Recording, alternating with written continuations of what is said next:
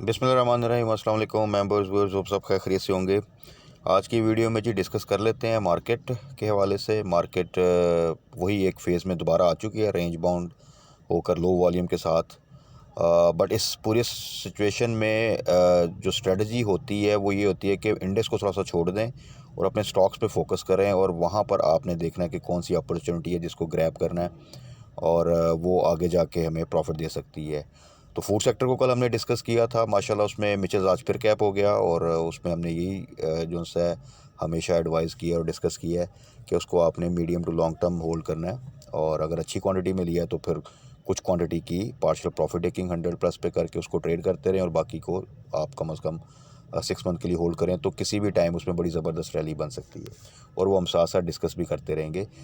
तो बाकी आज आईटी सेक्टर को थोड़ा सा डिस्कस कर लेते हैं कि उसमें कौन से स्टॉक्स कहाँ पे इस वक्त स्टैंड कर रहे हैं, क्या अपॉर्चुनिटी है, क्या टारगेट से आने वाले दिनों में, और क्या हमारी स्ट्रेटजी होनी चाहिए।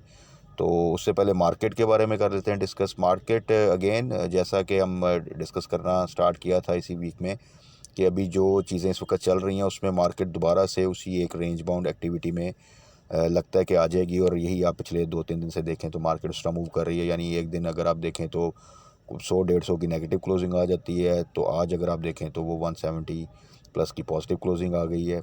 तो ये अभी इस पूरे स्नैरियो में अगर आप देखें तो यही सिचुएशन कुछ थोड़ा अर्सा पहले चले हैं तो ऐसी ही थी मार्केट में। तो ऐसी सिचुएशन में ज़्यादा ज़रूरी होता है कि आप इंडेक्स को छोड़ें, अपने स्टॉक्स को फोकस करें।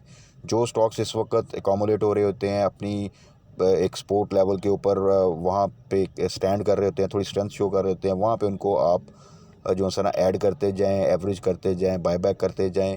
तो जैसे ही कोई अच्छी न्यूज़ आएगी, और जो कि हम एक्सपेक्ट कर रहे हैं कि सऊदीया की तरफ से आ सकती है, क्योंकि आर्मी चीफ वहाँ पे गए हुए हैं सऊदी, और आई थिंक यूएई का भी कंबाइंड विज़िट है उनका। तो हिस्टोरिकली भी देखें तो हमेशा जब भी ऐसा विज़िट होता है उसके बाद एक अच्छी न्यूज़, और जो हमारी सिचुएशन है इस वक्त, जो बात चल भी रही थी फाइनेंशियल असिस्टेंस की, तो वो होपफुली उसके बाद कोई कंफर्मेशन आ सकती है, तो वो मार्केट को एक अच्छा बूस्ट जो है वो मिल सकता है। So this is the right time कि आप यहाँ पे पिक एंड चूज़ करके अच्छे स्टॉक्स को लो लेवल पे आप बाय करें, थोड़ा सा होल्ड करें। तो आने वाले दिनों में जैसे ही एक बाउंस बैक, एक रिकवरी है, तो वहाँ पे फिर आप प्रॉफिट टेकिंग कर सकते हैं। तो बाकी आज जो है आईटी सेक्टर को थोड़ा सा डिस्कस कर लेते हैं कि ये वो सेक्टर है जिसने लास्ट ईयर बड़ा अच्छा वॉलेटाइल मार्केट में, प्रेशर में भी, और एक आप कह सकते हैं कि एक कंडीशन कोई भी फेवरेबल तो नहीं थी, बट आईटी सेक्टर ने एक अच्छा जो है वो गेन भी दिया, अच्छी परफॉर्मेंस भी शो कराई। तो उसमें फ़र्दर आगे अच्छा खासा पोटेंशियल है, और उसी पोटेंशियल को जो सा हमने जो सा वो इनकैश करना है, और this is the right time कि वो एक अपॉर्चुनिटी दोबारा से मिल रही है कि आप उन्हीं स्टॉक्स को अच्छे रेट्स पर और चीप रेट्स पर दोबारा बाय कर सकते हैं। तो आईटी सेक्टर में जी स्टॉक्स जो से हैं, जो हम अक्सर डिस्कस भी करते रहते हैं, जिनको हमने बाय भी किया, टारगेट भी किया, कुछ में तो हमें अच्छी प्रॉफिट टेकिंग भी हो गई, प्रॉपर टाइमली एग्जिट भी हो गया, कुछ में स्टिल अभी पोटेंशियल है बहुत ज़्यादा, और आगे उनकी रैली एक्सपेक्टेड है, तो उनको डिस्कस कर लेते हैं। उसमें सबसे पहले आ जाते हैं सिस्टम्स ने आप सबको ही पता है कि बड़ा ज़बरदस्त गेन दिया, बेहतरीन स्टॉक है, और 500 से ऊपर क्लोजिंग भी दी, ट्रेड भी करता रहा। अभी थोड़ा सा जो है उसने एक डिप लिया है, और उसमें भी जब इसने recent last week of December में आई थिंक जो सा एक बिल्कुल लोअर लॉक भी लगाया था, तो वहाँ से अगेन यही डिस्कस किया था हमने कि अब आप इसमें डिप पे बाय करके एक ट्रेड मिल सकती है। But still long term investment के लिए तो अभी भी स्टिल जो सा आप सिस्टम को कंसिडर कर सकते हैं। बट येस, असल प्राइस जो सी थी, जो लोग पूरे साल में अगर देखें तो विनिंग साइड पे रहे हैं, वो हैं जिन्होंने इसको जब ये 300 के आसपास था तो वहाँ पे बाय किया। तो अभी भी स्टिल सिस्टम को आप डिप पे 480 से नीचे जाए, या जिस दिन भी अगर इसमें कभी 2-3% तक का डिप आए, तो वहाँ पे आप बिल्कुल बाय करें। ये दोबारा से 500 से ऊपर क्लोजिंग भी देगा, ट्रेड भी करेगा, और इंशाल्लाह ताला आने वाले दिनों में जैसे ही मार्केट की सपोर्ट रहेगी तो ये 600 तक भी जाने का इसमें पूरा पोटेंशियल है। So for long term investment system is again a very good stock. उसके बाद है जी नेटसोल काफ़ी अरसे के बाद मैं मेंशन कर चुका हूँ कि 90 से नीचे आया है, तो this is the right time कि इसको आप दोबारा बाय बैक करें। जिन्होंने टाइमली प्रॉफिट टेकिंग की थी या स्टॉप लॉस लगाया था, अगर उन्होंने दोनों चीज़ें नहीं की थी और अभी तक उनके पास होल्डिंग है, तो this is the right time कि आप यहाँ पे एवरेज कर लें। ये दोबारा आपको जो सा है वो अनकरीब जो सा है वो 100 से ऊपर जो सा दोबारा ट्रेड करता नज़र आएगा। तो नेटसोल को भी आप जो सा कंसिडर कर सकते हैं। फॉर शॉर्ट टर्म ट्रेड भी, शॉर्ट टर्म गेन भी एक अच्छा मिल जाएगा, 100 से ऊपर का टारगेट कर सकते हैं। और मीडियम टू लॉन्ग टर्म के लिए भी आईटी सेक्टर के किसी स्टॉक को भी आप अगर होल्ड करेंगे तो वो इंशाल्लाह ताला फर्दर गेन भी अच्छा एक्सपेक्टेड है। उसके बाद है जी next one AVN.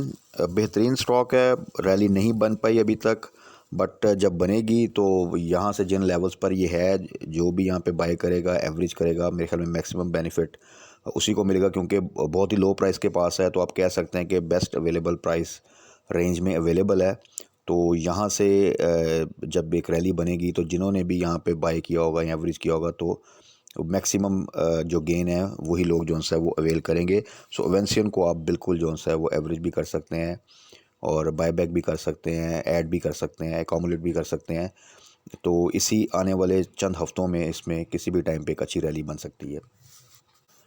Year closing भी है, आगे रिज़ल्ट भी अच्छे आने हैं। आप सबको पता है इनकी जो प्रोजेक्ट्स हैं आगे फर्दर ग्रोथ भी बड़ी ज़बरदस्त है। पे आउट भी हिस्टोरिकली बोनस जो है वो मिलता है। तो इसलिए अगर तमाम चीज़ों को कंबाइन किया जाए तो मेरा ख़्याल है कि एवीएन को टारगेट करना जो है वो मस्ट है for a good investment in PSX. उसके बाद है जी टीआरजी। टीआरजी का आप सबको ही पता है कि जब हमने इसको इनिशियल लास्ट ईयर टारगेट किया, बड़ा ज़बरदस्त गेन दिया 120 से ऊपर, फिर हमने सजेस्ट करके इसकी प्रॉफिटिंग और इसको काफ़ी अरसा पे डिस्कस नहीं किया। बट अब ये 110 से जब नीचे आया था तो दोबारा हमने इसको जो है वो डिस्कस करना स्टार्ट किया और उसमें यही अभी स्ट्रेटजी है, क्योंकि यहाँ पे इसने स्ट्रेंथ शो किया, बाउंस बैक किया है। तो जब भी आपको 110 से नीचे मिले, डिप पे मिले, ख़ास तौर पे इसमें भी ये स्ट्रेटजी रखें आईटी सेक्टर के स्टॉक्स में कि जब भी आपको कोई स्टॉक डाउन साइड पे मिले सिर्फ उस दिन आपने बाय करना है, हाई साइड पे नहीं। बल्कि इनफैक्ट जब तक मार्केट की वॉलेटिलिटी है तो ये किसी भी स्टॉक में अगर आप ये वाली स्ट्रेटजी के साथ चलेंगे तो थोड़ा सा मज़ीद आप अपने आप को सेफ साइड पे जो है वो रख सकते हैं। तो टीआरजी राइट नाउ 110 से नीचे आप इसको बाय कर सकते हैं और जैसे ही फिर इसमें गेन आए तो अपनी जो सी है बाइंग प्राइस पे स्टॉप लॉस के साथ होल्ड करें या फिर वहाँ पे प्रॉफिट टेकिंग करें जैसे ही 7-8% से ऊपर का गेन आपको मिल रहा हो, क्योंकि इसमें इन लेवल्स के ऊपर थोड़ा सा आपको क्विक डिसीजन लेना पड़ेगा। बेस्ट प्राइस जो होती है किसी स्टॉक की, जिस तरह एवीएन का मैंने डिस्कस किया, वहाँ पे आप थोड़ा सा रिस्क फ्री होकर without fear, without stop loss play कर सकते हैं। बट जब एक स्टॉक अपनी लो प्राइस से ऑलरेडी जो है कोई 20-25 रुपये ऊपर ट्रेड कर रहा हो तो तब थोड़ा सा आपने अपने आप को सेफ साइड पे और विदाउट स्टॉप लॉस जो है वो आपने होल्डिंग नहीं करनी होती। उसके बाद आ जाएं जी पीएकेडी, पाक डाटाकॉम। ये भी आप सबको याद होगा, इसको जब हमने टारगेट किया था, अब ये 46-45 के पास था, वहाँ से इसने फिर 60 तक की रैली बनाई जब ये जून क्लोजिंग थी और उसका रिज़ल्ट आया था अगस्त सितंबर में। और उसकी भी पूरी स्ट्रेटजी में डिस्कस की। तो ये कंपैरेटिवली अगर देखा जाए साइड आइटम था और इसने आईटी सेक्टर में बहुत कम डिप लिया है, क्योंकि अभी भी अगर आप देखें तो तकरीबन 56 पे ट्रेड कर रहा है। सो इसमें एज सच वो दोबारा से वो लेवल्स नहीं आए कि 50 को ब्रेक करके दोबारा आपको 47-46 पे मिल जाए। बट इसमें स्ट्रेटजी ये सिर्फ बताने का मकसद ये है कि ये वो स्टॉक है जब भी कभी ये 50 से नीचे आए तो इसको आप टारगेट ज़रूर करें, अपनी स्क्रीन पे, अपनी ऐप पे इसको लगा के रखें, क्योंकि ऐसी अपॉर्चुनिटी जब आती है, कुछ लेवल्स ऐसे होते हैं कुछ स्टॉक्स में जहाँ से हमेशा आप मैक्सिमम प्रोबेबिलिटी के साथ जो है वो गेन कर सकते हैं। तो ऐसी चीज़ को हमेशा जो है टारगेट में रखना चाहिए।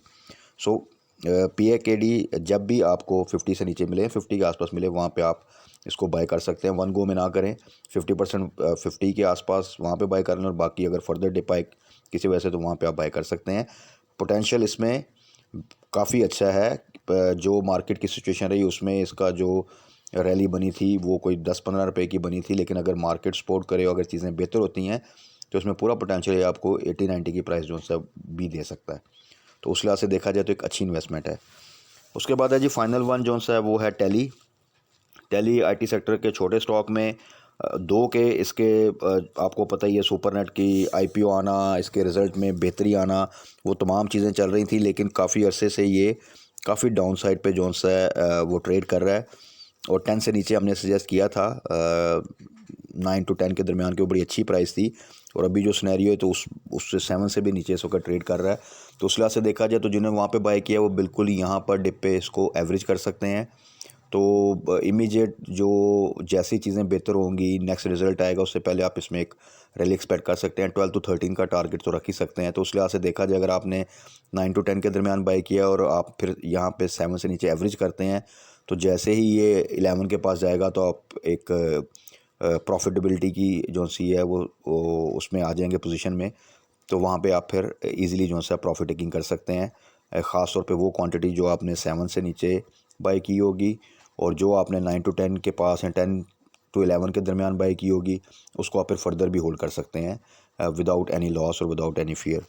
तो टैली जिनके पास है होल्डिंग थोड़ी सी ऊपर की, उनके लिए भी बेहतरीन स्ट्रेटजी यही है कि वो 7 से नीचे इसको जो सा है वो एवरेज कर लें और थोड़ा सा होल्ड करें।